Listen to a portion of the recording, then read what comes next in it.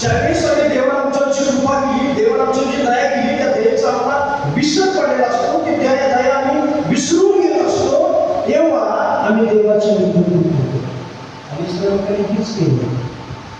देवाच्या विरुद्ध त्यांनी कृपा केली, तर महाप्रताप ते विसरून गेले होते.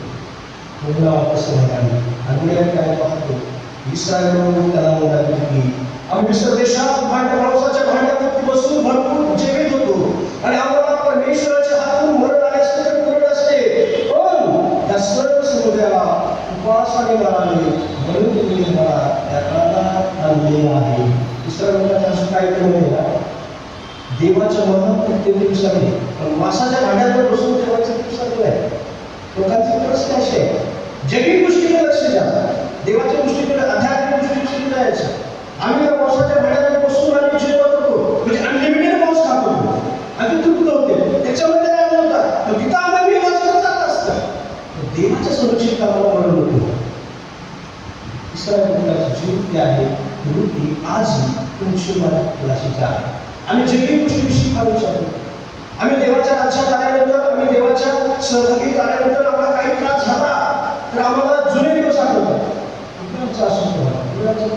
कुटुंबामध्ये आल्यानंतर काय जवळ झाले, देव परीक्षा पाहत असतो. ह्याच्या करतोय, देव परीक्षा पाहत असेल.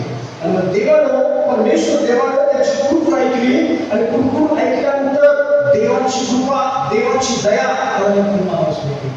मग परमेश्वर, तेव्हा परमेश्वराने गोष्टीला म्हणते, पहा मी आकाशातून तुम्हासाठी अन्नवृष्टी करी आणि लोकांनी चालून एका दिवसाला पुरेल इतके जमा करावे, त्यावरून देवाच्या नियमाप्रमाणे चालतात किंवा नाही याविषयी मी त्यांची परीक्षा पाहिली. बघा, देव जेव्हा देत असतो भरपूर देतो, आणि आम्ही किती घेतो? पोटापुरते घेतो का पोटापासून घेतो? लक्षात ठेवा, देव ज्यांच्या देत असतो त्यावेळेस जेवढं आम्हाला लागते तेवढंच आम्हाला घ्यायचं. म्हणून प्रभू शिकायला रोजची भांडवल जायचं, मला त्याला आम्हाला रोजच्या भांडवल घ्यायचा. या जगामध्ये आम्ही काय घेऊन आलेलो नाही, त्या जगामध्ये आम्हाला काय घेऊन जाता येणार नाही. म्हणून प्रभू जो राजांचा राजा, प्रभूचा प्रभू, संपूर्ण सृष्टीचा निर्माण करता येणार आहे की रोजची भांडवलचा वास. मला प्रभूच्या जगामध्ये असताना त्याला कितीतरी धन साठवत असतं, कितीतरी राज्यदान घेत आले असेल, जगाचं राज्यदान मिळत असतं. आणि एवढे लोक त्याला राजा करायला धरत होते की त्याच्याकडे निघून गेला. काय मला माहिती आहे का, त्याला एक जैविक राज्य स्थापन करायचं नव्हतं, तर त्याला आध्यात्मिक राज्य स्थापन करायचं आहे. तुम्हाला म्हणाले की आम्हाला आध्यात्मिक राज्य स्थापन करायचं आहे. रोजची गरज, रोज जेवढं पुढे तेवढंच आम्हाला करायचं आहे.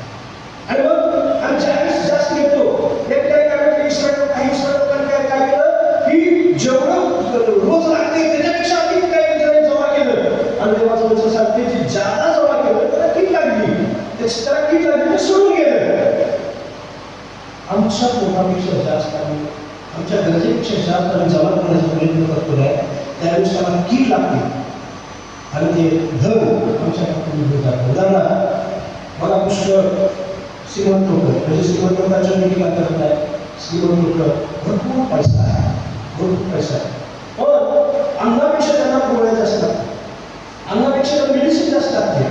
बीपी असेल, शुगर असेल, हे असेल, ते असेल, काही काही श्रीमंत लोक मोठं गोळ्या त्याला लागतात. आणि मग साखर खायची आहे, चहा प्यायचा नाही, काय घ्यायचं नाही, का माहिती